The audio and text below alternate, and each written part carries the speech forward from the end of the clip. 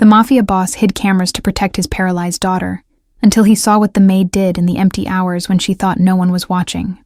Bramwell Rossi stood in his study at 3 a.m, surrounded by monitors that showed every angle of his mansion, his finger hovering over the playback button with a dread he couldn't name. The security company had installed the final camera that afternoon, transforming his home into a grid of digital eyes that never blinked, never slept, never failed to capture every moment of vulnerability his daughter would experience. He'd told himself this was protection, that any father would do the same when their child needed constant care and vigilance. But the weight in his chest suggested he was building something closer to a prison than a sanctuary. The mansion sprawled across grounds that could swallow smaller estates whole, each room decorated with wealth that stopped conversations when visitors first entered. Marble floors reflected light from chandeliers that cost more than most people earned in years, every surface gleaming with obsessive maintenance. Bramwell had acquired this property the same way he'd built his empire, through calculated moves combining legitimate business with shadowy operations. His real estate holdings stretched across the city, towers and developments bearing respectable names while generating revenue streams that never appeared in official reports. The mansion served as the crown jewel of his public image, where a successful entrepreneur lived with his daughter, far removed from basement meetings. Addie had come home from the hospital 16 months ago, carried in his arms like something made of glass that might shatter. The doctors had used careful language that couldn't hide the permanence of her condition, explaining how complications during delivery had affected her mobility. She'd been so small, her legs resting motionless beneath the blanket, while her dark eyes tracked his face with awareness. Bramwell had stood in the nursery he'd prepared, surrounded by equipment recommended by specialists, and felt the future he'd imagined dissolve. The business associates who'd sent flowers never asked about her condition twice, their discomfort with imperfection wrapped in polite distance. His world operated on strength and the appearance of invulnerability, qualities that didn't accommodate weakness or need for assistance. Addie's condition represented a crack in the armor he'd spent decades constructing, a vulnerability his enemies could exploit if they understood how completely she'd captured his heart. The cameras were supposed to eliminate blind spots, create perfect awareness of every threat that might approach his daughter while he managed operations. Bramwell had gone through 7 caregivers in 14 months, each one failing tests they didn't know they were taking. The first had been too rough when changing Addie, her movements efficient but lacking gentleness he couldn't articulate but recognized instantly. The second had talked on her phone during feeding times, her attention divided when his daughter deserved complete focus. 3 others had lasted weeks before revealing themselves as unsuitable through small betrayals captured on the surveillance system. One had eaten food from the kitchen without asking, treating his home like her personal pantry rather than respecting professional boundaries. Another had invited a friend to visit during work hours, introducing unauthorized presence into his daughter's protected environment without permission. The 6th caregiver had been competent but cold, providing adequate physical care while offering nothing of warmth or connection. Bramwell had watched through cameras as she'd perform duties with mechanical precision, never singing, never speaking beyond necessary instructions. Addie had grown quieter during those weeks, her expressive eyes losing some of their light in ways that made his chest constrict. He'd dismissed that woman on a Tuesday morning, standing in the foyer while she collected her belongings with wounded dignity. The agency had stopped returning his calls after that, their polite refusal wrapped in claims about liability and difficult client relationships. Bramwell had turned to private networks instead, putting word out through channels that operated below official oversight and attracted candidates with complicated histories. The responses had come quickly, desperate applications from women whose circumstances made them willing to work for someone with his reputation. He'd interviewed 5 before Cassidy knocked on his door 3 weeks ago, her knuckles creating a pattern against wood that somehow sounded different from every knock that had come before. She'd stood on his doorstep in jeans and a pressed shirt, her dark hair pulled back in a simple style that framed features marked by experience rather than youth. Her references were minimal, her work history containing gaps she didn't immediately explain, her overall presentation suggesting someone running from something. But when she'd spoken, her voice had carried a quality that made him pause mid-dismissal, something in her tone suggesting depths he hadn't expected. She'd answered his standard questions with responses that revealed intelligence carefully hidden beneath working-class vocabulary and deliberate simplicity. Then she'd done something none of the others had thought to do, something so unexpected it had shifted the entire interview's trajectory. She'd looked directly at him with eyes that held their own evaluation, and asked if she could meet Addie before accepting the position. not after being hired, not as a formality during orientation, but as a condition of her agreement to work in his home. The request had caught him completely off guard, disrupting the power dynamic he'd maintained throughout every previous interview without effort. Bramwell had studied her face for signs of manipulation, searching for the angle that would reveal this as strategy rather than genuine interest. But Cassidy had simply waited, her posture relaxed, her expression open, offering no explanation that might undermine the simplicity of her request. He'd led her upstairs to the nursery where Addie spent most of her waking hours, surrounded by toys she rarely touched and equipment that assisted her limited mobility. His daughter had been lying on the padded mat where the previous caregiver had left her, her gaze fixed on the ceiling with the patient stillness she'd developed over months of immobility. Cassidy had entered the room and immediately dropped to the floor, lowering herself until she was at eye level with Addie rather than towering above her. The gesture had been so natural, so instinctive, that Bramwell had felt something shift in his chest before he could prevent the reaction. Cassidy had introduced herself to Addie in a soft voice that carried none of the bright falseness adults often used with children, speaking to her as a person rather than a problem to be managed. She'd asked permission before touching Addie's hand, waiting for some sign of acceptance before making physical contact. Addie's response had been immediate and unmistakable, her fingers curling around Cassidy's with a grip that spoke of recognition rather than reflex. The baby's eyes had focused with an intensity Bramwell hadn't seen in weeks, tracking Cassidy's face as if memorizing features that mattered in ways others hadn't. Cassidy had smiled then, a genuine expression that transformed her entire face, and begun describing what she noticed about Addie's responses with detail that suggested professional training she hadn't mentioned in her sparse application. Bramwell had hired her on the spot, overriding every instinct that screamed about unknown variables and insufficient vetting of her background. The cameras would reveal whatever secrets she carried, would expose any threat she represented before damage could occur. He'd told himself this justified the risk, that surveillance provided safety net against his own uncharacteristic impulsiveness in hiring someone so obviously hiding significant portions of her history. Cassidy had arrived for her first official day on a morning when rain streaked the windows in patterns that blurred the manicured grounds beyond. She'd knocked at precisely 7 o'clock, her punctuality suggesting discipline that contradicted her casual presentation and working-class background. Bramwell had opened the door to find her standing with a small backpack and an expression of quiet determination that made him wonder what she'd overcome just to reach his doorstep. He'd shown her through the mansion's main floor, pointing out rooms she'd need to access and areas that remained strictly off-limits. The West Wing housed his private office, and the security center where monitors displayed every camera feed in real-time surveillance. She'd nodded at each instruction without asking questions that might reveal curiosity about aspects of his life beyond Addie's care, her focus remaining narrowly professional.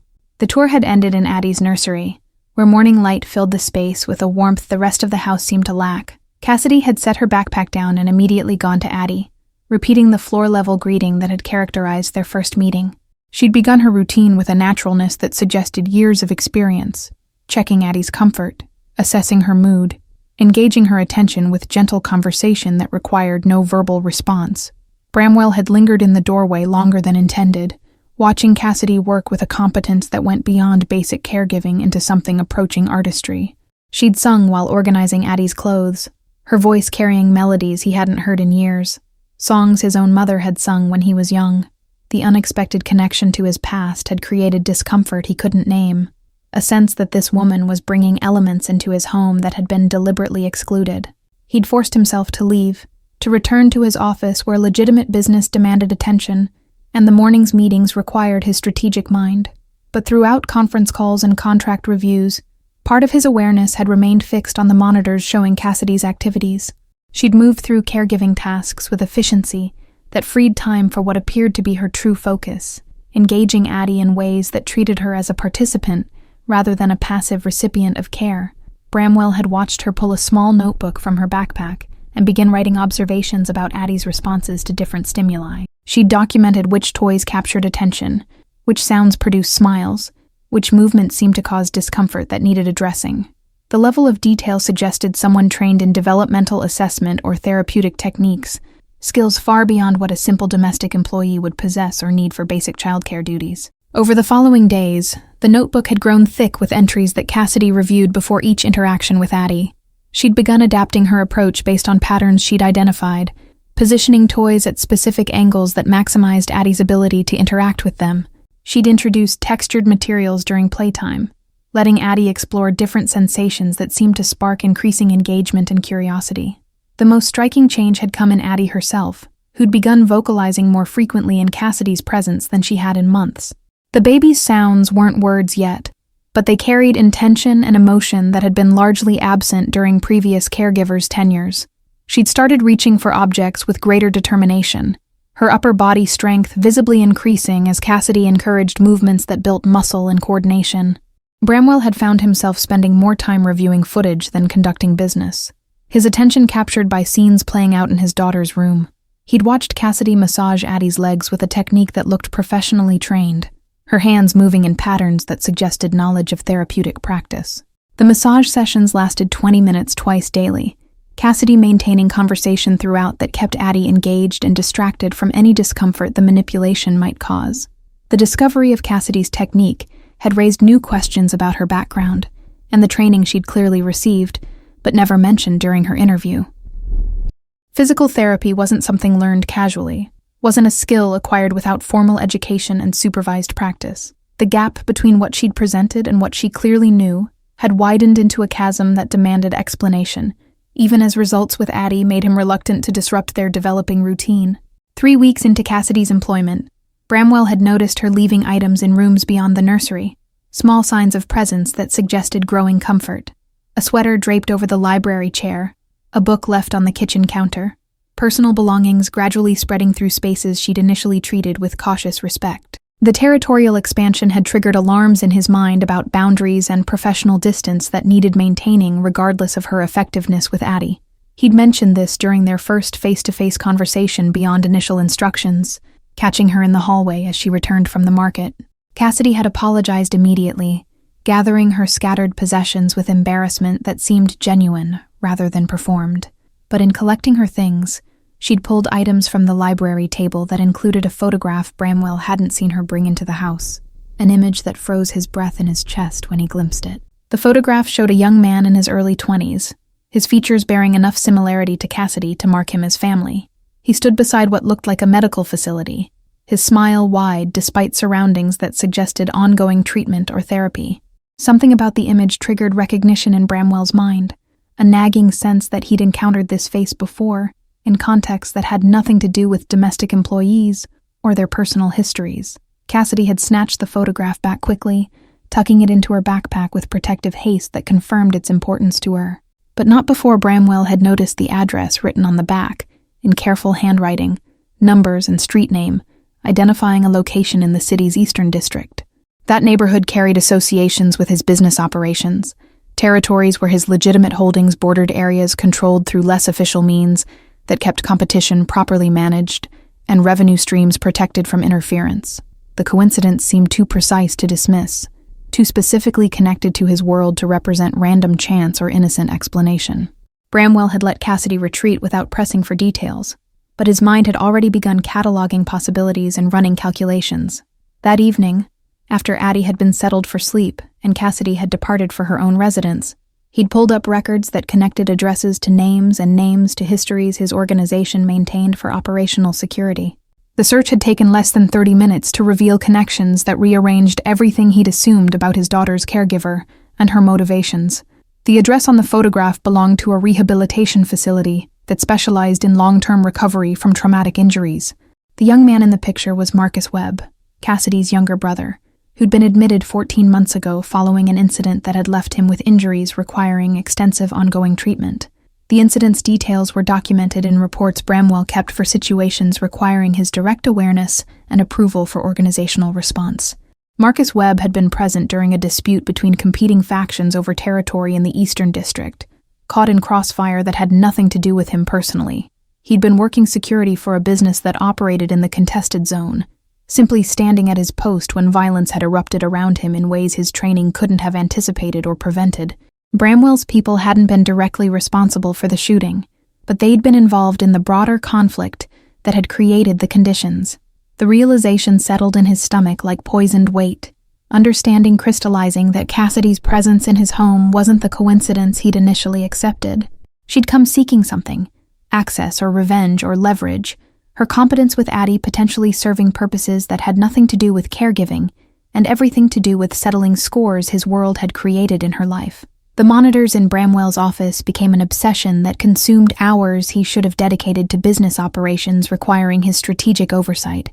He'd begun reviewing footage with forensic intensity, searching for evidence of Cassidy's true intentions beyond the caregiving that appeared so flawlessly executed. Every interaction with Addie was analyzed for signs of manipulation. Every moment alone in rooms scrutinized for suspicious behavior that would confirm his growing paranoia about her hidden agenda and ultimate goals. But the surveillance revealed nothing that supported his suspicions, only deepening the mystery of what Cassidy actually wanted from her position in his household. She'd never entered his office or attempted to access areas beyond her legitimate responsibilities, never searched through documents or photographed anything that might provide intelligence value. Her focus remained entirely on Addie, her attention never wavering toward the aspects of his home that would interest someone gathering information for leverage or planning retaliation. Bramwell had watched her read stories to Addie with animated voices that made his daughter's eyes shine with delight and engagement. She'd created elaborate games that encouraged reaching and grasping, building upper body strength through play that disguised therapeutic exercise as entertainment. The notebook she maintained had expanded to include sketches of Addie's progress, visual documentation of incremental improvements that careful observation revealed, even when dramatic changes remained absent from day-to-day reality. One recording showed Cassidy singing lullabies while rocking Addie to sleep, her voice carrying aching tenderness that seemed to transcend professional duty. She'd stroked Addie's hair with gentle repetition, her expression unguarded in the assumed privacy of the darkened nursery. Tears had tracked down Cassidy's face while she'd sung, grief or longing written in every line of her features, as she'd held someone else's child with a desperation that spoke of profound personal loss she carried constantly beneath her composed exterior.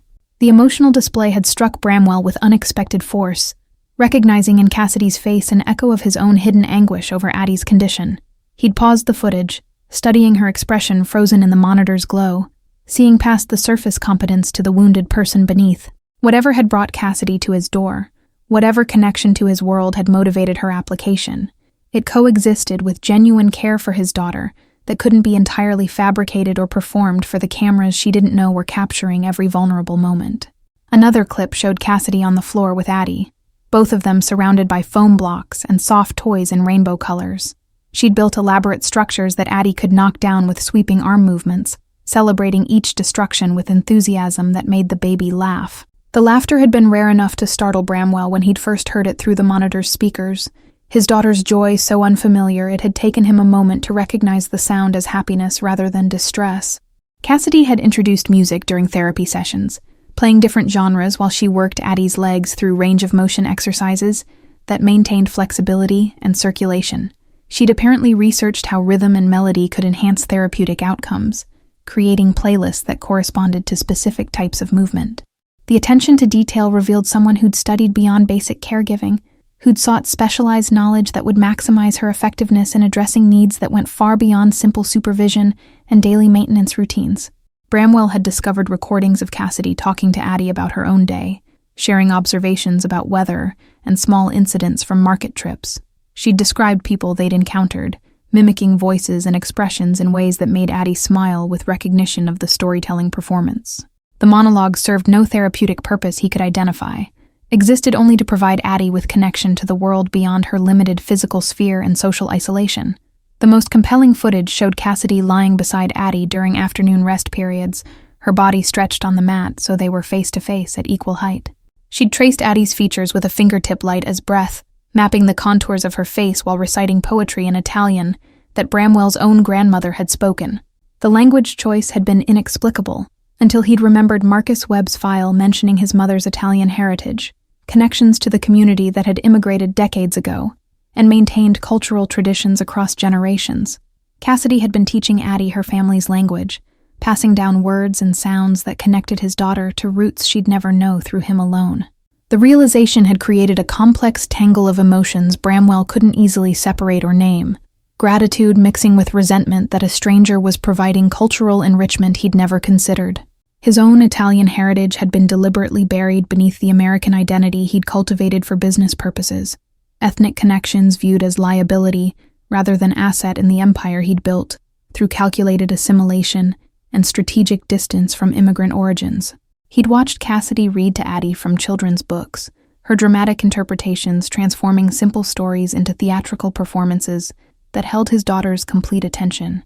She'd used different voices for each character, acting out scenes with exaggerated gestures that made narrative come alive. The books she'd chosen weren't from Addie's existing collection, but ones she'd purchased herself, titles that focused on characters overcoming obstacles and finding strength through persistence and courage. The thematic pattern wasn't subtle, wasn't coincidental in its consistent message about resilience and determination, despite circumstances that seemed limiting. Cassidy was telling Addie stories about her own potential, building a narrative foundation that framed her condition as challenge rather than definition. The psychological groundwork being laid would shape how his daughter understood herself for years to come, forming self-concept during the crucial early period when identity first coalesced around experience and reflected perception from caregivers. Bramwell had found footage of Cassidy creating art projects with materials that accommodated Addie's physical limitations while encouraging creative expression. Finger painting became full-palm exploration of texture and color, the mess containing sensory learning that traditional approaches would have minimized. She'd hung Addie's creations on the nursery walls, creating a gallery that celebrated every attempt regardless of aesthetic outcome, teaching that value existed in the trying rather than requiring perfect execution or conventional beauty standards. The surveillance had captured a moment when Cassidy had received a phone call that clearly delivered difficult news about something in her personal life. She'd stepped into the hallway for privacy, her voice low, but her distress visible in body language that broadcast emotional impact. The conversation had lasted less than 3 minutes before she'd ended the call and returned to the nursery, her composed mask sliding back into place with visible effort that suggested years of practice, hiding pain from observation. She'd picked up Addie and held her close, seeking comfort from the child she was supposed to be caring for, rather than vice versa. The role reversal had lasted only seconds before Cassidy had caught herself and resumed professional boundaries, but the slip had revealed the depth of her need for connection and the isolation she inhabited. Whatever hardships Cassidy faced in her life beyond his walls, she carried them alone without support system or safety net that might ease the burden.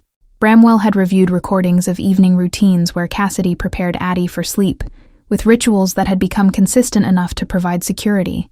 Bath time followed specific sequences, each step performed in the same order with the same songs and gentle handling. She'd developed a nighttime massage routine that relaxed Addie's body, while the soft-spoken narration of the day's events provided cognitive closure and reinforced memory formation through repetitive storytelling that highlighted positive moments and diminished any distress. The care Cassidy provided went so far beyond contractual obligations that Bramwell had found himself questioning what motivated such complete devotion to another person's child. Professional pride didn't explain the tears she'd shed in private moments, or the tenderness she showed when no one was supposedly watching. Compensation certainly couldn't account for the emotional investment visible in every interaction, the way she'd integrated Addie into her heart, rather than simply performing required duties with competent detachment. His investigation into her background had expanded beyond the initial discovery about Marcus, pulling records that revealed a life marked by loss and struggle that had honed rather than broken her. Cassidy had lost her mother to cancer 3 years ago, her father to a construction accident before that, leaving her solely responsible for Marcus's care when the shooting had shattered his body and obliterated the future he'd been building. The medical bills were astronomical, the rehabilitation facility's monthly costs exceeding anything ordinary employment could cover, without multiple jobs and desperate financial acrobatics. The salary Bramwell paid was generous by conventional standards, but barely adequate against the debt she was attempting to manage through sheer determination. He'd found evidence of her working night shifts at a diner before taking this position, supplementing inadequate income through sleep deprivation and relentless hustle.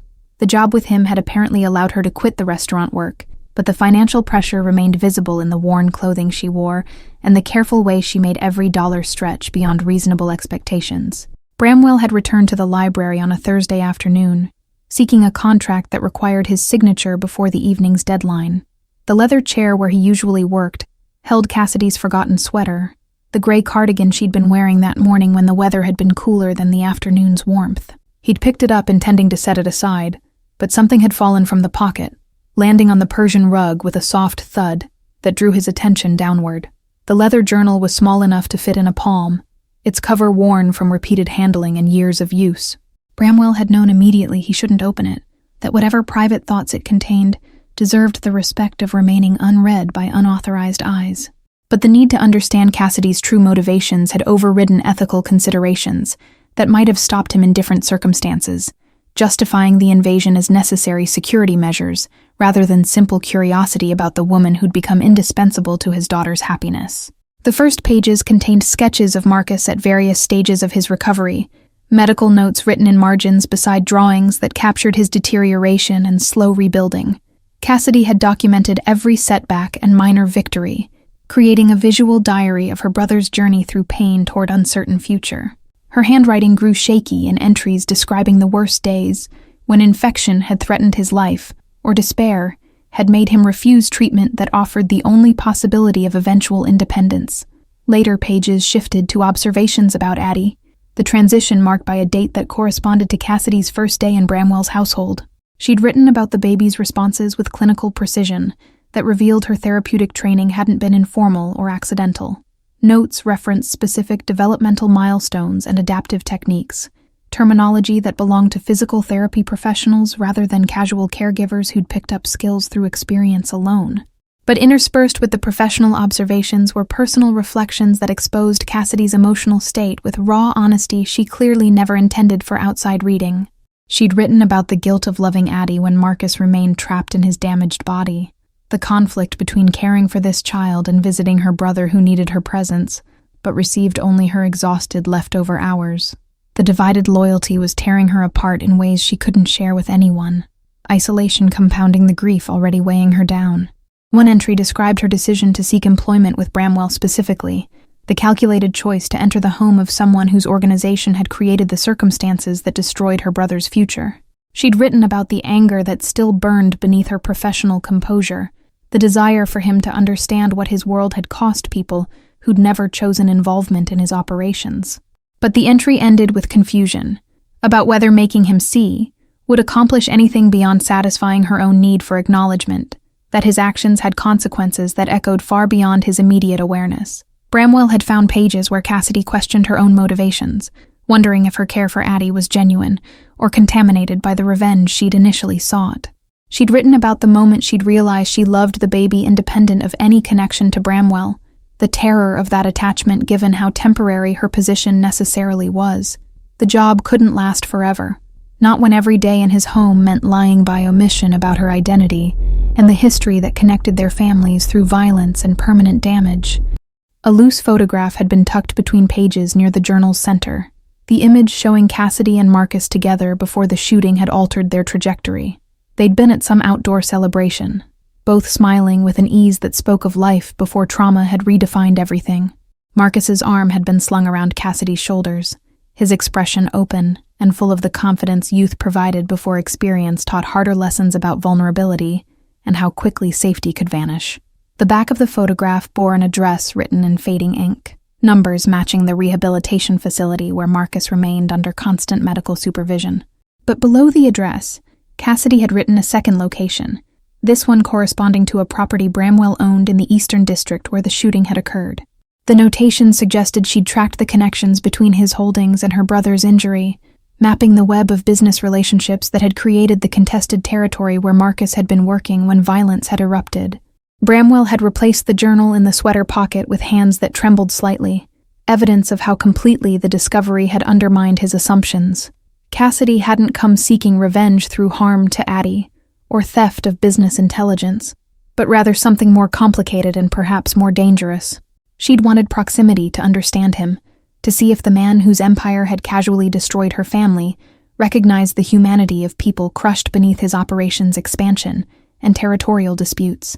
He'd spent the following 3 days reviewing footage with new understanding, seeing Cassidy's interactions through the lens of her hidden pain and complicated motivations. The tenderness she showed Addie wasn't purely professional or even entirely personal, but also a form of bearing witness to the capacity for care that existed alongside the capacity for destruction. She was proving to herself that people connected to violence could still nurture, that the world wasn't divided simply into victims and perpetrators without overlap or complexity. Bramwell had caught himself watching Cassidy's face during the recordings, studying her expressions for signs of the turmoil the journal had revealed.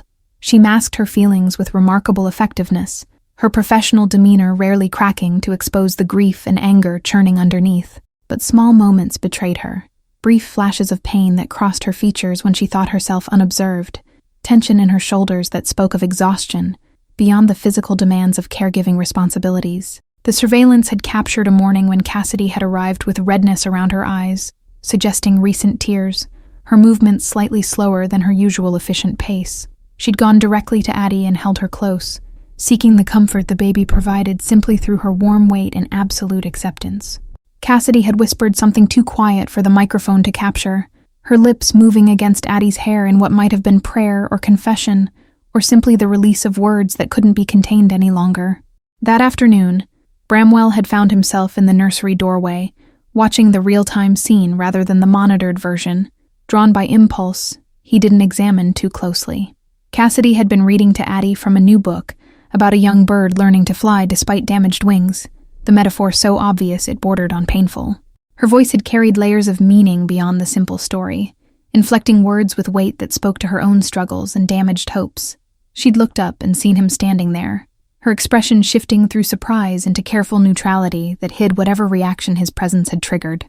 The moment had stretched between them, heavy with all the unspoken knowledge Bramwell carried about her history and true identity. He'd wanted to confront her about the journal, about Marcus and the rehabilitation facility, and the real reason she'd knocked on his door, but the words had stuck in his throat when he'd seen how Addie had turned at the sound of his footsteps. His daughter had reached toward him with both arms extended, a gesture of inclusion she'd started making since Cassidy had been modeling interactive behaviors. But her eyes had immediately returned to Cassidy's face, checking for the woman's presence with an anxiety that suggested she'd learned people disappeared without warning. The attachment between them had grown so complete that Addie's security now depended on Cassidy's continued presence, creating a vulnerability Bramwell hadn't anticipated when he'd hired her. He'd retreated without speaking, the weight of his knowledge about Cassidy's motives, combining with awareness of how essential she'd become to Addie's well-being. The surveillance system that was supposed to provide protection and control had instead revealed a situation far more complicated than simple employee oversight. Cassidy's care was genuine despite her initial intentions, but those intentions still existed beneath the surface, unresolved anger waiting to manifest in ways he couldn't predict or prevent through monitoring alone. That evening, Bramwell had made a decision that went against every instinct his world had cultivated over decades of surviving through paranoia and preemptive action. He would continue employing Cassidy without confronting her about the journal or his knowledge of her connection to Marcus's injury, allowing the situation to develop naturally rather than forcing a confrontation that might destroy what she'd built with Addie. The choice felt dangerous and foolish, trusting someone with hidden motives to remain in his home, with access to his daughter. But the alternative meant dismissing the only person who'd brought light back into Addie's eyes, the only caregiver who'd treated his daughter as someone with potential rather than merely limitations. The surveillance would continue, would document any shift in Cassidy's behavior that suggested threat to his family. He'd watch and wait, prepared to act if necessary, but hoping that somehow the genuine care he'd witnessed would prove stronger than the revenge she'd initially sought when entering his world. The manila envelope had arrived on a Monday morning, delivered by courier to Bramwell's office downtown rather than the mansion where such packages normally appeared. His assistant had placed it on his desk with the rest of the day's correspondence, nothing about its exterior suggesting the disruption its contents would create. But when he'd opened it during a rare quiet moment between meetings, photographs had spilled across the polished wood surface like evidence at a crime scene, black and white images that captured Cassidy in contexts that had nothing to do with caregiving. The surveillance wasn't his own, but clearly professional, taken by someone who'd been following Cassidy during her off hours when she left his employment for the night. She'd been photographed entering the rehabilitation facility where Marcus resided, her face showing exhaustion she never displayed in Addie's presence. Other images showed her at a diner in the Eastern District, sitting across from men whose faces Bramwell recognized from his organization's lower operational levels, people who handled street-level business that kept his empire's foundation intact through enforcement and collection activities. A typed note had accompanied the photographs, unsigned but clearly from someone within his own network who'd taken initiative to investigate the woman caring for his daughter. The message was brief and pointed, noting that Cassidy had been asking questions about the shooting that injured her brother, specifically about who'd given orders that led to the confrontation. She'd been careful, indirect, but her interest in the incident had been persistent enough to raise concerns among people who understood that curiosity about such matters often preceded retaliation or cooperation with law enforcement. Bramwell had felt ice spread through his chest, recognizing the danger Cassidy had placed herself in through her investigation into his operations. The men she'd been questioning weren't people who tolerated perceived threats, weren't employees who'd consider her youth or grief as mitigating factors against suspected betrayal.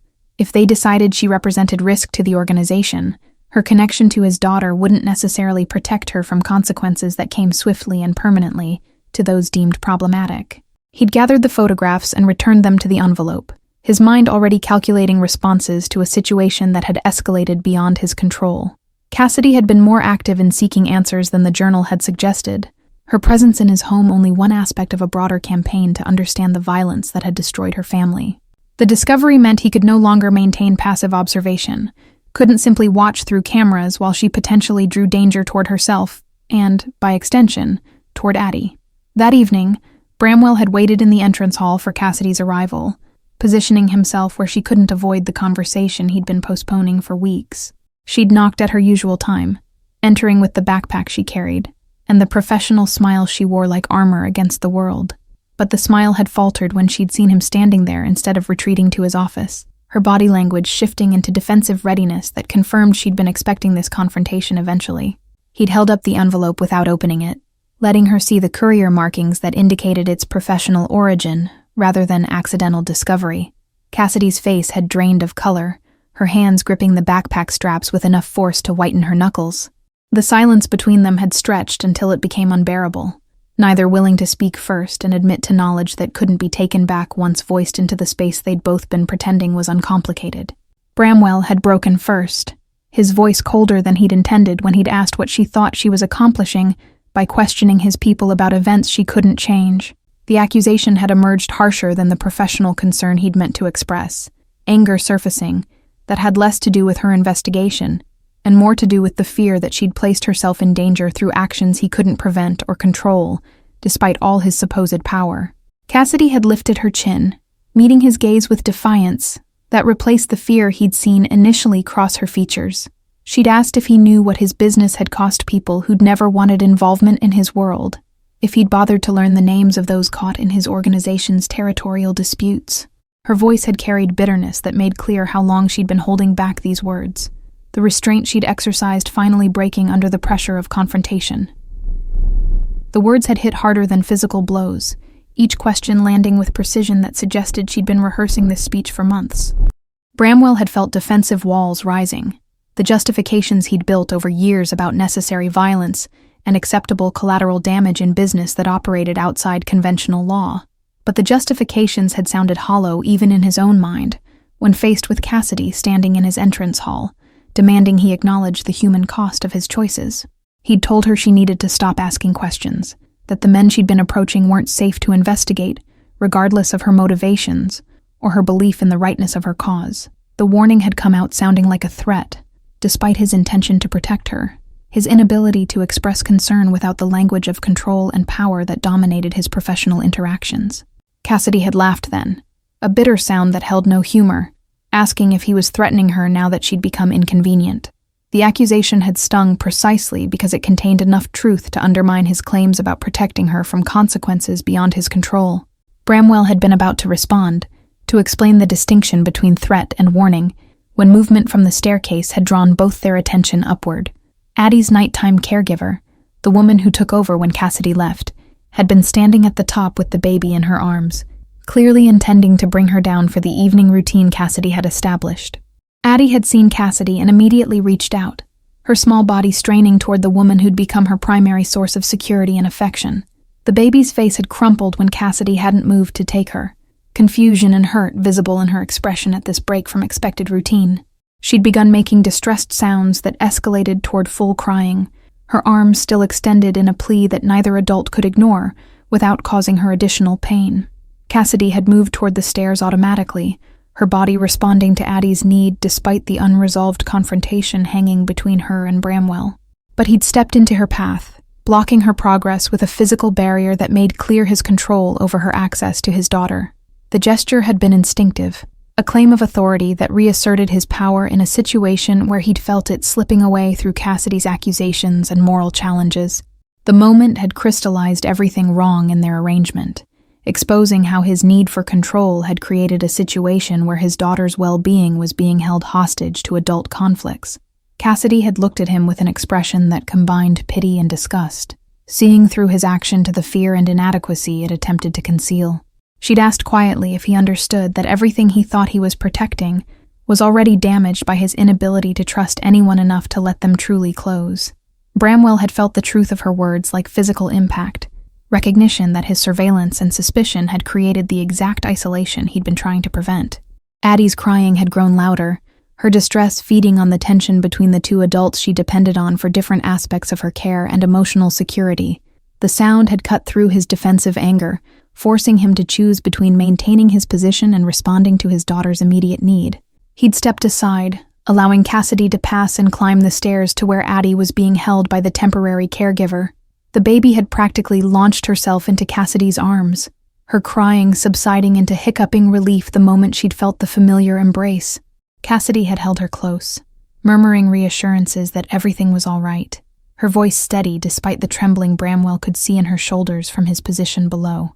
The temporary caregiver had retreated without being dismissed, clearly uncomfortable with the tension she'd walked into and eager to escape whatever confrontation was unfolding.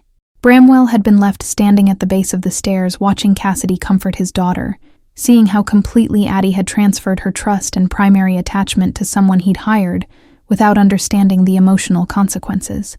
The depth of his daughter's need for Cassidy was undeniable, written in every line of her body as she clung to the woman who'd become her anchor. Cassidy had looked down at him over Addie's head, her expression unreadable in the entrance hall's dramatic lighting that cast half her face in shadow. She'd told him she'd finish Addie's bedtime routine, and then they could continue their conversation, the statement carrying authority that reversed their employer-employee dynamic completely. She'd climbed the remaining stairs without waiting for his permission or agreement, claiming temporary custody of the situation and his daughter, through the simple assertion that Addie's needs superseded their conflict.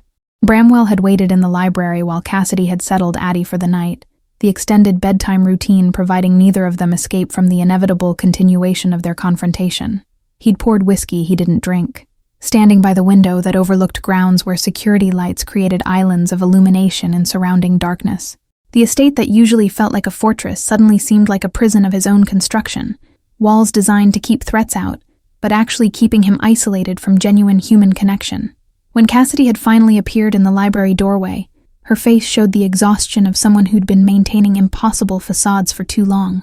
She'd refused his gesture toward the chairs, remaining standing in a posture that suggested she expected this conversation to end with her dismissal and had already prepared herself for that loss. Bramwell had recognized the defensive positioning, the way she'd braced for impact that her experience had taught her to anticipate from people who held power over her circumstances and employment. He'd asked her directly what she'd wanted when she'd first knocked on his door, bypassing any pretense that they could continue their previous arrangement without addressing the foundations of deception it had been built upon.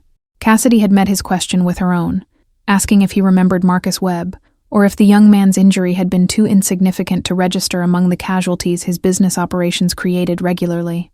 The counter-question had been a challenge and an accusation, demanding he acknowledge her brother's humanity before she'd answer anything about her own motivations or initial intentions.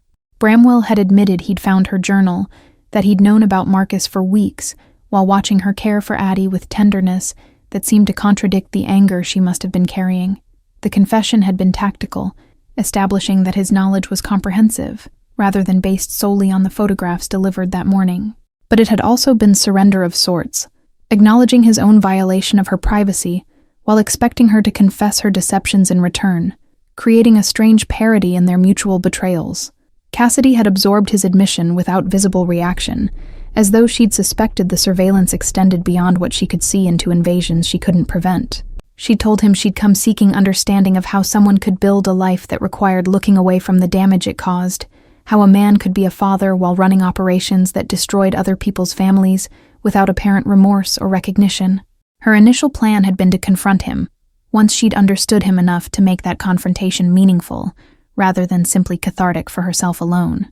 But working with Addie had complicated everything, had made Cassidy care about the child, independent of any connection to Bramwell or desire for revenge against the organization that had harmed her brother. She'd found herself genuinely invested in Addie's development and happiness, her professional skill combining with personal investment to create attachment she hadn't anticipated or wanted, given how temporary her position would necessarily remain.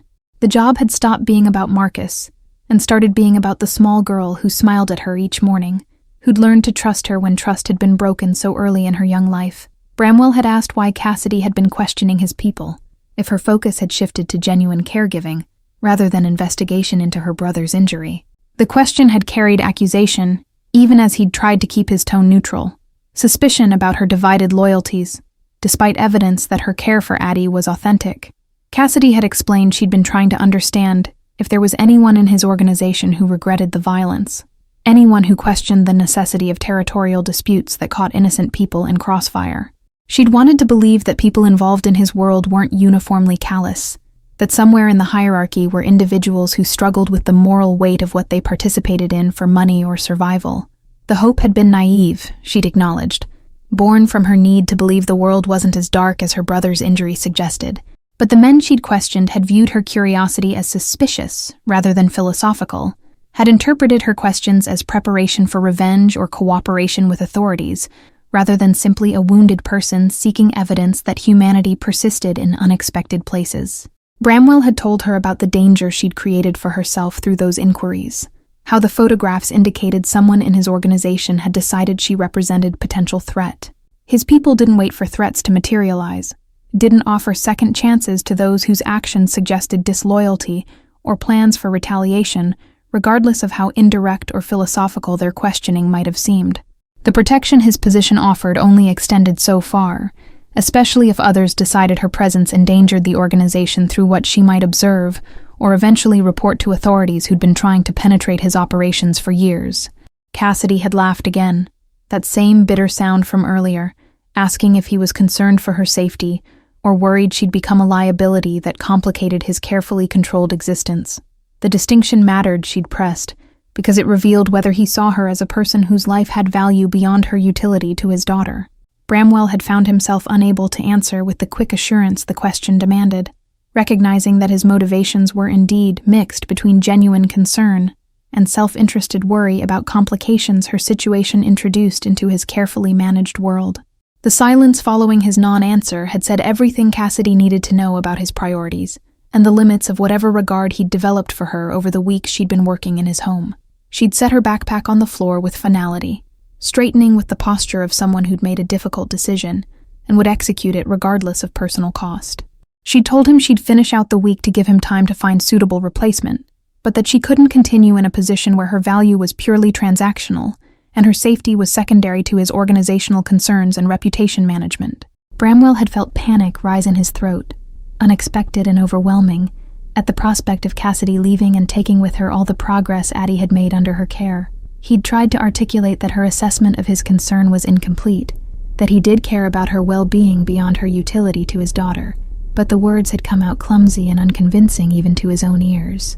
His emotional vocabulary was too limited, too corrupted by years of viewing relationships through transactional lenses that reduced people to assets or threats, without space for complexity that characterized genuine human connection. Cassidy had picked up her backpack and moved toward the door, clearly done with conversation that was circling without resolution or movement toward understanding. But she'd paused at the threshold, looking back with an expression that held something like sympathy mixed with her disappointment. She'd told him he was exactly what she'd expected when she'd first come seeking him out, exactly the kind of man who could look at the world he'd created and see only his own reflection, instead of recognizing the shadows his empire cast across other people's lives and futures. The assessment had landed with devastating accuracy, stripping away the justifications Bramwell had maintained about necessary violence and acceptable costs in pursuit of building something that would outlast him. Cassidy had seen through to the moral emptiness he'd been protecting through surveillance and control, the way he'd isolated himself so completely that even his daughter only accessed him through monitored feeds, rather than direct engagement and physical presence. She'd identified the fundamental problem that all his wealth and power couldn't solve, the human deficit that no amount of security could compensate for or cameras could document without exposing it. She'd left without waiting for response, her footsteps echoing through the mansion as she'd walked toward the entrance and the life she maintained beyond his walls. Bramwell had remained in the library listening to the sound of the front door closing, the quiet click, somehow thunderous in the silence it left behind. The house had felt emptier than it had even in the worst days after he'd brought Addie home from the hospital, the absence of Cassidy's presence already palpable despite her promise to return for the remaining days of the week. He'd returned to his office and pulled up the surveillance feeds, searching for comfort in the familiar routine of observation and monitoring. But the screen showed only empty rooms and silent hallways, nothing of substance to watch or analyze without Cassidy and Addie present, to provide the human element that made the monitoring feel purposeful rather than voyeuristic. The cameras captured everything except what mattered, documented surfaces without accessing the depths where real connection occurred beyond the reach of his technological control systems. The following morning, Cassidy had arrived precisely on time, her professional mask firmly in place as though their confrontation had never occurred. She'd greeted Bramwell with cool politeness that maintained boundaries while fulfilling the letter of her employment agreement for the remaining days she'd committed to working. Addie had responded to her arrival with evident joy that neither adult could witness without understanding what would be lost when Cassidy's departure became permanent at the week's end. Bramwell had watched through his monitors as Cassidy had gone through her routines with Addie, noting how nothing in her care had changed despite the knowledge that this was temporary now rather than ongoing. She'd maintained the same gentle patience, the same creative engagement, the same tender attention that had characterized her work from the beginning. But something had shifted in the energy between them that even the cameras could capture, a sadness underlying every interaction that spoke to goodbyes, already being mourned before they'd been officially said. Friday arrived with rain that matched the heaviness settling in Bramwell's chest, each hour bringing him closer to Cassidy's final departure from his home and Addie's life. He'd spent the week attempting to find replacement caregivers, conducting interviews with candidates who possessed impressive credentials, but lacked the indefinable quality that made Cassidy irreplaceable in ways he couldn't articulate to the agencies sending applicants. Each conversation had ended with him finding reasons to disqualify perfectly adequate professionals, recognizing he was sabotaging his own search because no one could measure up to standards he couldn't properly define or explain. Addie had sensed something wrong despite being too young to understand the concept of permanent goodbye, her normally bright demeanor clouded by anxiety that manifested in increased clinginess toward Cassidy. She'd cried when Cassidy had set her down to prepare lunch, reaching desperately for the woman who'd become her primary source of security and emotional regulation. The distress had been painful to witness through the monitors, Bramwell seeing his daughter's fear of abandonment playing out in real time, while he remained powerless in his office reviewing contracts that suddenly seemed meaningless compared to the crisis unfolding upstairs. That afternoon, he'd found himself standing outside Addie's room, listening to Cassidy sing the Italian lullabies that had become part of their daily routine together. Her voice had carried tremors that suggested she was fighting tears while maintaining composure for the child in her arms. Professional mask cracking under emotional weight she could no longer fully contain. The song had ended with silence more profound than simple absence of sound, a void that seemed to swallow all the warmth his home had accumulated during Cassidy's brief tenure within these walls. Bramwell had retreated to his office and made a decision that went against every principle of control and calculated strategy his success had been built upon over decades. He'd accessed financial records tracing back to the shooting that had injured Marcus, pulling up names of everyone involved in the territorial dispute that had created the conditions for that violence. The list had been longer than he'd remembered, encompassing more people across more levels of his organization than he'd realized participated in decisions that had seemed routine at the time they'd been made. Among the names was his own, his signature on documents authorizing the expansion into the Eastern District that had triggered the conflict between competing factions. He'd approved the operations knowing they'd likely result in confrontations, accepting violence as inevitable cost of growth and market control. But he'd never followed up on the casualties, never asked about the people caught in crossfire that wasn't aimed at them specifically, but had destroyed their futures nonetheless through pure proximity to conflicts they hadn't chosen or understood before impact changed everything. The recognition of his own culpability sat heavy in his chest, different from the abstract acknowledgement he'd carried before seeing Marcus's face in Cassidy's photograph and hearing her describe her brother's slow recovery from injuries that would mark him permanently. Abstract casualties had been easy to file away as unfortunate but necessary, statistics that didn't require emotional processing or moral reckoning. But Marcus Webb had become real through Cassidy's grief, had acquired humanity that made Bramwell's previous dismissal of such damage feel like the moral failure it actually was, rather than simply pragmatic business calculation. He'd spent hours that evening constructing something unprecedented in his professional history, a plan that involved actual accountability rather than damage control or image management. The framework included financial compensation for Marcus's ongoing care, arrangements for rehabilitation that extended beyond what standard insurance covered, and creation of oversight that would prevent similar incidents from occurring without his direct awareness and approval. But the plan felt inadequate even as he'd drafted it, too transactional to address the deeper harm his operations had caused across years of prioritizing expansion over consideration of human costs that seemed abstract when they didn't have faces or names or sisters who mourned them. When Cassidy had finished Addie's bedtime routine and descended the stairs for the last time as his employee, Bramwell had been waiting in the entrance hall with the folder containing everything he'd assembled. She'd paused on the bottom step, her backpack over her shoulder and her expression carefully neutral as she'd prepared to deliver whatever final words she'd rehearsed for this goodbye. But he'd spoken first, asking if she'd give him one more hour before leaving permanently, if she'd allow him to show her something that might change her understanding of his response to their confrontation and her brother's situation. Cassidy had hesitated, clearly torn between desire to escape cleanly and curiosity about what he could possibly offer that would matter after everything that had already been said. The calculation had played across her features visibly, her exhaustion making it harder to maintain the masks that usually hid her decision-making process from outside observation. Finally, she'd nodded, setting her backpack down with the weariness of someone who'd already emotionally departed, but couldn't quite resist this final chapter before closing the book on her time in his home completely. Bramwell had led her to his office, the space she'd never been invited to enter during all her weeks of employment in his household. The monitors still displayed their feeds from cameras throughout the mansion, including the nursery where Addie slept under the temporary caregiver's supervision. He'd seen Cassidy's gaze track across the screens, understanding dawning about the extent of surveillance she'd been subject to without her knowledge or consent, every private moment captured and preserved for his review and analysis. The violation was written clearly on her face, the betrayal of privacy that went beyond normal security into something approaching obsessive control over every aspect of his household environment.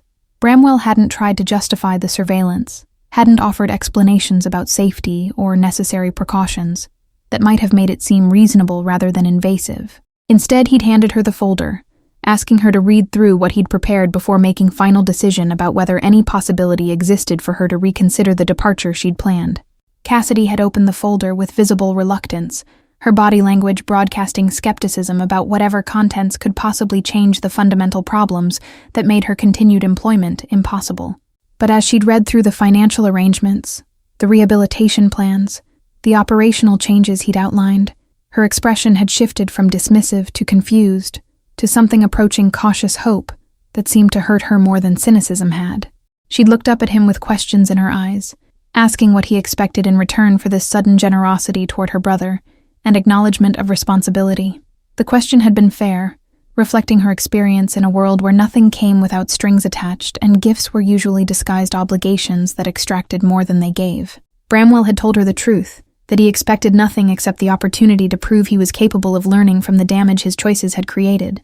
He wanted Marcus to receive the care he deserved not as transaction, but as acknowledgement that his injury mattered, that the young man's future had value that hadn't been properly recognized when he'd become just another casualty statistic in reports about territorial expansion and market control. But beyond Marcus's care, Bramwell had continued. He wanted Cassidy to stay if she could find any way to forgive enough to continue working with Addie, who needed her in ways that transcended all the adult complications surrounding their arrangement. He wasn't asking for absolution, or pretending that financial support erased moral responsibility for what his organization had done to her family. He was simply asking if space existed for repair alongside accountability, if she could separate her care for Addie from the justified anger she carried toward him, and the world he'd built through choices that prioritized power over consideration of human cost. Cassidy had set the folder on his desk, her hands trembling slightly as she'd processed information that rearranged possibilities she'd already mourned as lost. She'd asked what would happen to the cameras, her gesture encompassing the monitors that represented his need for control and inability to trust anyone without verification and constant surveillance. The question had been a test, Bramwell had recognized, asking if he was willing to surrender the security system that had been his primary tool for managing fear and maintaining illusion of protection against threats both real and imagined. He'd moved to the keyboard and begun shutting down feeds, watching screens go dark one by one as he'd systematically disabled the system he'd spent thousands installing just weeks ago. The nursery feed had been last, the image of Addie sleeping peacefully, disappearing into blackness that represented leap of faith his nature resisted, but his heart recognized as necessary for anything real to develop. Cassidy had watched the monitors die without speaking, her expression unreadable as she'd witnessed his demolition of the fortress he'd built between himself and genuine vulnerability. When the last screen had gone dark, Bramwell had turned back to Cassidy and told her the surveillance had never shown him what mattered anyway, had captured surfaces while missing the depths where actual connection occurred beyond reach of cameras or monitoring equipment. He'd watched her care for Addie for weeks without understanding what he was seeing until her journal had provided context that surveillance alone couldn't reveal. The cameras had been security theater, creating illusion of control while actually preventing the trust that offered real protection through relationship rather than technology and distance. Cassidy had approached the darkened monitors, her fingers touching one screen as if confirming its inactivity was genuine rather than temporary theater meant to manipulate her emotions. She'd asked if he understood that what she needed wasn't just financial compensation for Marcus, or destruction of surveillance systems, but actual change in how he understood his responsibility to people affected by his business operations. The folder represented a beginning, she'd acknowledged, but it couldn't be the end of his moral reckoning if she was going to trust him with access to her time with Addie, or believe that his concern was authentic rather than simply motivated by desire to retain effective employee. Bramwell had agreed to whatever terms she set, recognizing he was negotiating from a position of complete disadvantage, and that any opportunity she offered was more than his actions had earned. Cassidy had outlined expectations that went far beyond their employer-employee relationship into territory that required his transformation, rather than just behavioral adjustment. She wanted regular reports about organizational changes that reduced risk to uninvolved bystanders, wanted evidence that Marcus's case wasn't isolated generosity, but beginning of systemic rethinking about acceptable costs of business expansion and territorial control. More personally, she'd required he spend actual time with Addie, rather than observing her through monitors, that he learned to be present as a father, instead of delegating all emotional labor to hired caregivers while maintaining distance that prevented genuine attachment. The demand had been harder to accept than financial commitments or operational changes, requiring vulnerability he'd spent decades avoiding through strategic detachment from anything that might hurt if lost. But Cassidy had been inflexible on this point, insisting that Addie deserved a parent who engaged directly rather than managing her upbringing like business operation, conducted through intermediaries and surveillance technology. The negotiations had extended past midnight, both of them exhausted but unwilling to leave details undefined that might create future conflicts or misunderstandings about expectations. When they'd finally reached agreement that felt sustainable, Cassidy had retrieved her backpack from the entrance hall where she'd left it hours earlier. But instead of departing, she'd asked if she could check on Addie one final time that evening, her need to confirm the baby slept peacefully, overriding her own exhaustion and desire to escape into sleep that might process everything that had shifted so dramatically in single evening. The dismantling of the surveillance system had been completed over the weekend by the same security company that had installed it, their technicians clearly confused by the reversal, but professional enough not to question clients who paid premium rates for installation and removal within weeks. Bramwell had stood in the emptied security room watching them remove the final pieces of equipment, the space transforming from command center to ordinary office that would need new purpose, now that monitoring was no longer his primary occupation. The loss of the cameras had created anxiety he hadn't anticipated, sudden vulnerability to threats he could no longer track or prevent through constant awareness of every corner of his environment.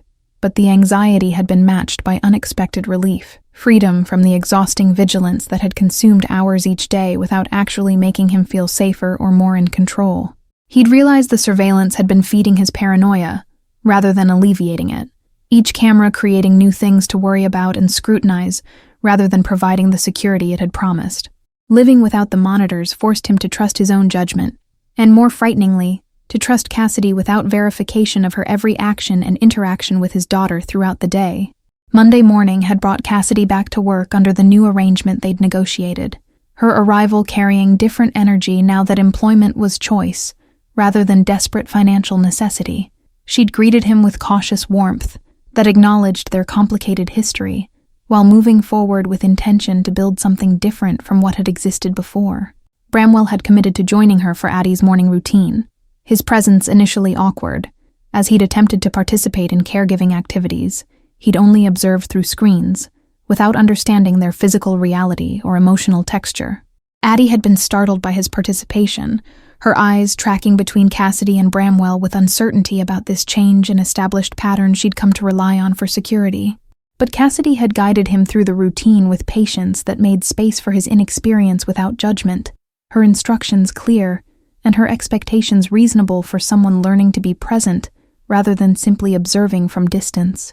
He'd fumbled through diaper changes and feeding, his expensive suits entirely inappropriate for the messy reality of infant care that couldn't be delegated without losing essential aspects of the parent-child relationship. The first week had been humbling in ways Bramwell hadn't experienced since his early career, when he'd been building rather than managing his empire through subordinates and intermediaries. He'd discovered muscles that ached from carrying Addie, patience he didn't know he possessed when she'd fussed during routine tasks, tenderness that emerged when she'd finally smiled at him with recognition rather than polite tolerance. Cassidy had documented his progress in her notebook alongside Addie's development, creating parallel narratives of growth that intertwined father and daughter in shared journey toward connection neither had known was possible. The rehabilitation facility where Marcus resided had received first payment from the account Bramwell had established, the funds accompanied by letter from him personally acknowledging his organization's role in creating circumstances that led to the shooting. He'd offered no excuses or justifications, simply statement of responsibility and commitment to supporting Marcus's recovery through whatever resources were needed. The letter had felt inadequate even as he'd written it, words unable to carry the weight of genuine remorse or repair damage that extended far beyond what money could address, but it was beginning of accountability he'd never practiced before in his professional life. Cassidy had visited Marcus that weekend and returned Monday with complicated emotions written across her features, despite her attempts to maintain professional composure. Her brother had been suspicious of Bramwell's sudden involvement, questioning whether the support came with expectations of silence or cooperation that would compromise his sister's safety or integrity. Marcus had grown protective during his recovery, Cassidy had explained, worried about her working for someone whose world had destroyed his body and their family's financial stability in single violent moment that had rearranged both their futures completely. Bramwell had suggested meeting Marcus directly, offering to answer questions and allow the young man to assess his sincerity without filters or intermediaries that might obscure actual intentions. Cassidy had been uncertain about the wisdom of such confrontation, worried it would devolve into accusations and anger that served no productive purpose, but she'd agreed to arrange introduction if Marcus was willing, acknowledging that direct conversation might provide clarity that couldn't be achieved through secondhand reports or financial transactions that maintained distance between those responsible and those harmed by organizational decisions. The meeting had been scheduled for a Thursday afternoon at the rehabilitation facility, neutral territory where Marcus felt secure and supported by staff who'd witnessed his progress over months of grueling recovery. Bramwell had arrived alone, deliberately leaving behind the security personnel who normally accompanied him to any location that could present vulnerability or risk. The gesture had been noted by facility staff and by Marcus himself, whose eyes had tracked the entrance for backup that never appeared, bodyguards absent in ways that spoke to Bramwell's willingness to be exposed without the protection his wealth and position normally provided. Marcus had been in physical therapy session when Bramwell had been shown to the visiting area, his damaged body moving through exercises with determination that was visible even from a distance. The young man's progress was remarkable according to therapists Bramwell had spoken with on the phone, his recovery exceeding initial projections that had been cautiously pessimistic about his eventual mobility and independence. But the success came from Marcus's relentless work, rather than any miraculous healing. Months of pain and frustration translated into incremental improvements that added up to meaningful reclamation of function doctors had thought permanently lost. When Marcus had joined him, wheeling himself into the private room the facility had provided for their conversation, Bramwell had been struck by the intelligence and wariness in the young man's eyes. This wasn't someone who'd been broken by his experience, but rather someone who'd been forged harder by it, steel refined in fires that would have destroyed lesser spirits. Marcus had greeted him with cool politeness that made clear this meeting was being granted as favor to Cassidy rather than because Marcus sought anything from the man whose organization had destroyed his previous life trajectory and aspirations. Bramwell had spoken plainly about his responsibility for creating conditions that led to the shooting, explaining the territorial expansion decisions without attempting to minimize their consequences or present them as unfortunate accidents beyond anyone's control. He'd detailed the operational changes he was implementing to prevent similar incidents, transparency about his business. Marcus clearly hadn't expected from someone in his position. The honesty seemed to catch Marcus off guard, disrupting the adversarial dynamic he'd prepared for in favor of conversation that acknowledged shared reality. Neither could change, but both could learn from moving forward. Marcus had asked what Bramwell wanted from this accountability, whether the financial support came with expectations of Marcus's silence or Cassidy's continued loyalty, despite justified anger about his organization's role in their family's suffering. The question had been direct in ways Bramwell's usual business negotiations never allowed, cutting through polite fictions to core issues about power and obligation. Bramwell had assured him the support was unconditional, that Cassidy's employment remained her choice without pressure to remain in position, that required daily interaction with someone whose world had caused such profound damage. The conversation had extended beyond the scheduled hour, both men discovering unexpected common ground in their protective feelings toward Cassidy and their recognition of her strength despite circumstances that would have justified collapse. Marcus had shared stories about their childhood, the ways Cassidy had essentially raised him after their parents' deaths, her sacrifice of her own educational and career aspirations to ensure he had opportunities she'd surrendered. The picture Marcus painted revealed depths to Cassidy's character that surveillance had never captured, and her own reticence hadn't disclosed. History of selflessness that explained her capacity for love, that transcended circumstances that should have fostered only bitterness. Before Bramwell had departed, Marcus had said something that stayed with him during the drive back to the mansion and through the sleepless night that followed. He'd told Bramwell that Cassidy had spent her whole life taking care of people who needed her, that maybe what she deserved was someone who took care of her for once, instead of the other way around. The statement had been both observation and challenge, Marcus setting expectations for how his sister should be treated moving forward by anyone who wanted meaningful place in her life, beyond simple employment arrangement. The words had triggered recognition in Bramwell about how he'd been approaching his relationship with Cassidy, still treating their arrangement as primarily transactional, despite the emotional complexity that had developed around Addie's care. He'd been focused on retaining valuable employee, rather than seeing Cassidy as person with needs beyond financial compensation and professional respect. The shift in perspective required acknowledging that his feelings had evolved beyond employers' appreciation into something more personal that terrified him precisely because it couldn't be controlled or managed through contracts and surveillance systems. That evening, Bramwell had found Cassidy in the library after she'd finished Addie's bedtime routine, curled in the chair where he'd discovered her journal weeks earlier. She'd been reading one of the Italian poetry collections from his shelves, books he'd inherited from his grandmother, but never opened despite the cultural heritage they represented.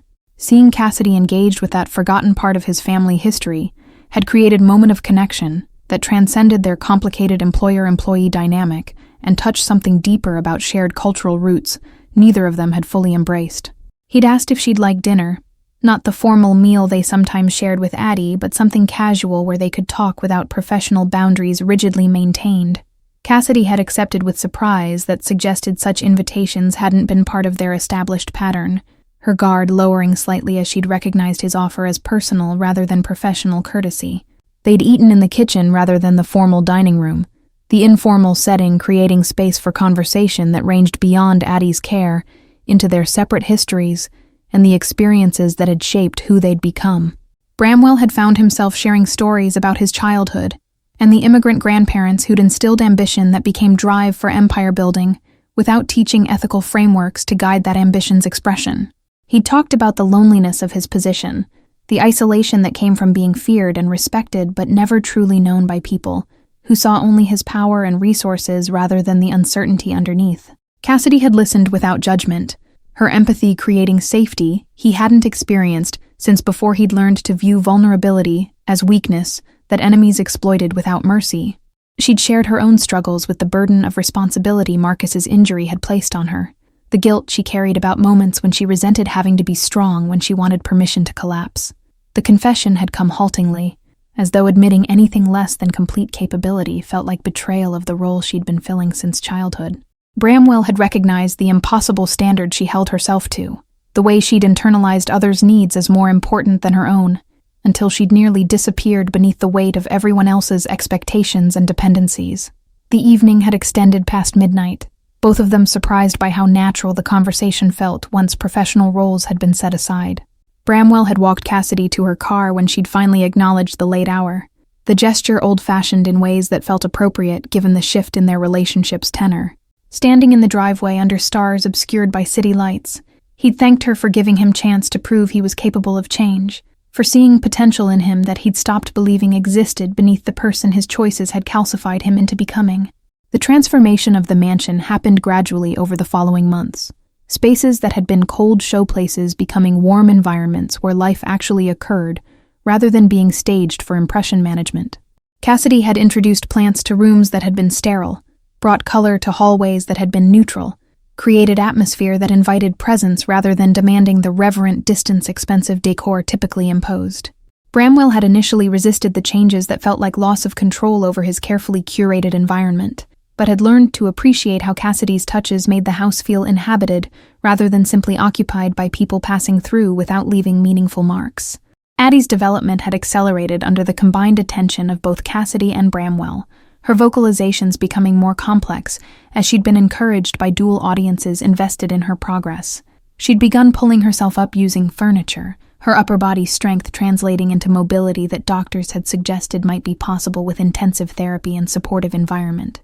The achievement had been celebrated with tears from all three of them, recognition that this small victory represented Addie's determination, as much as the care she'd received from adults who'd learned to work together, rather than maintaining separate spheres of responsibility.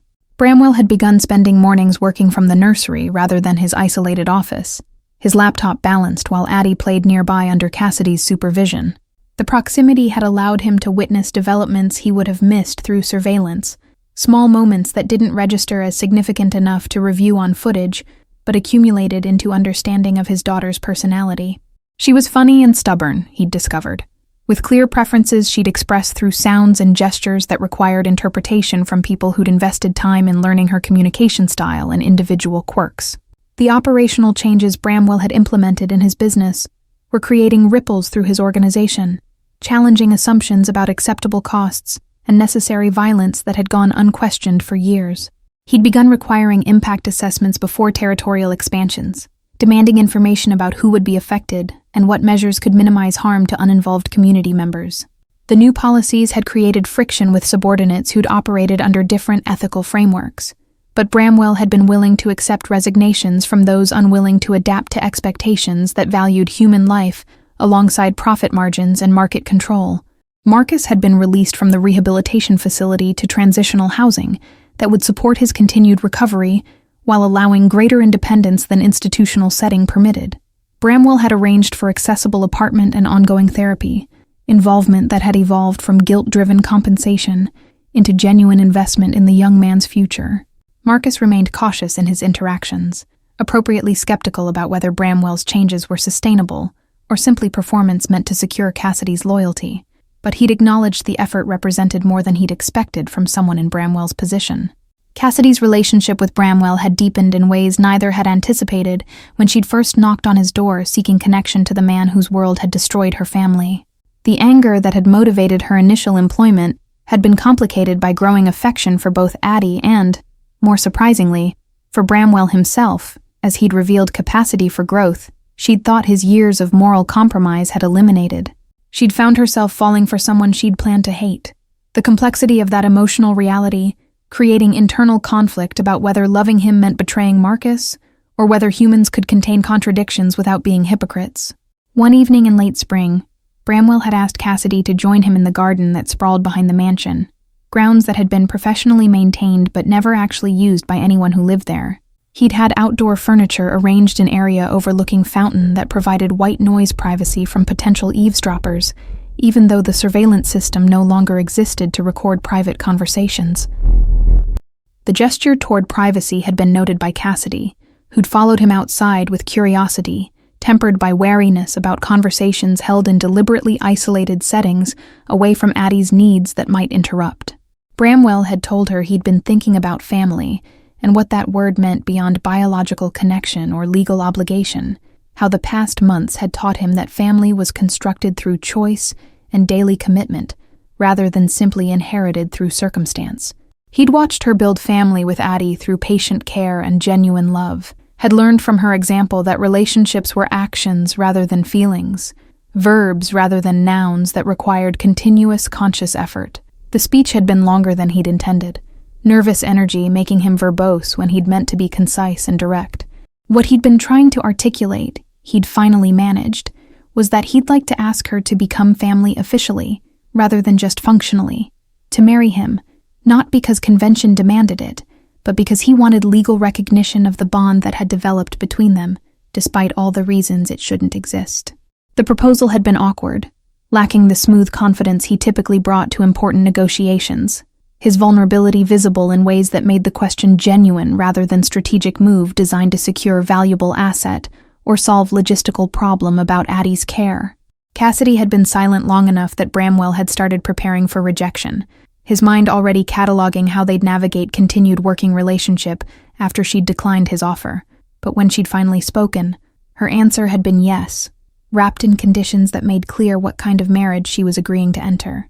She wanted partnership with equal voice in decisions, wanted integration into his life that went beyond convenient arrangement for Addie's benefit, wanted honesty, even when truth was uncomfortable, or reflected badly on choices he'd made in his business operations that she'd become morally entangled with through their relationship.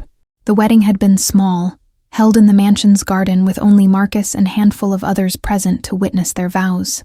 Addie had been there in special chair that supported her limited mobility, her presence transforming the event from adult ceremony into family formation that included all three of them. The child had vocalized during the vows, her sounds interpreted as approval by everyone present, participation that added levity to otherwise solemn occasion. Bramwell had written his own vows, speaking about redemption and second chances, about how Cassidy had taught him that surveillance couldn't replace trust and control wasn't substitute for genuine connection. Cassidy's vows had addressed the complications of their history, acknowledging the pain that remained alongside the love that had grown in spaces she'd been surprised to find existed in both of them.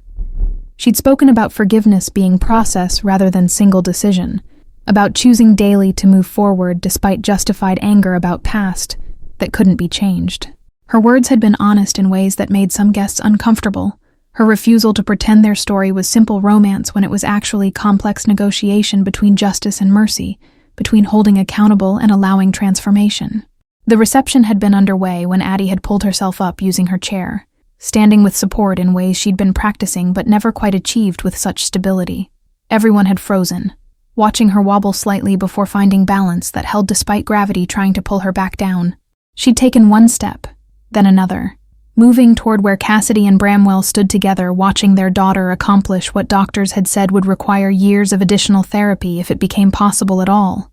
The room had erupted in cheers that Addie had responded to with a smile of pure triumph, her awareness that she'd done something remarkable visible in her expression.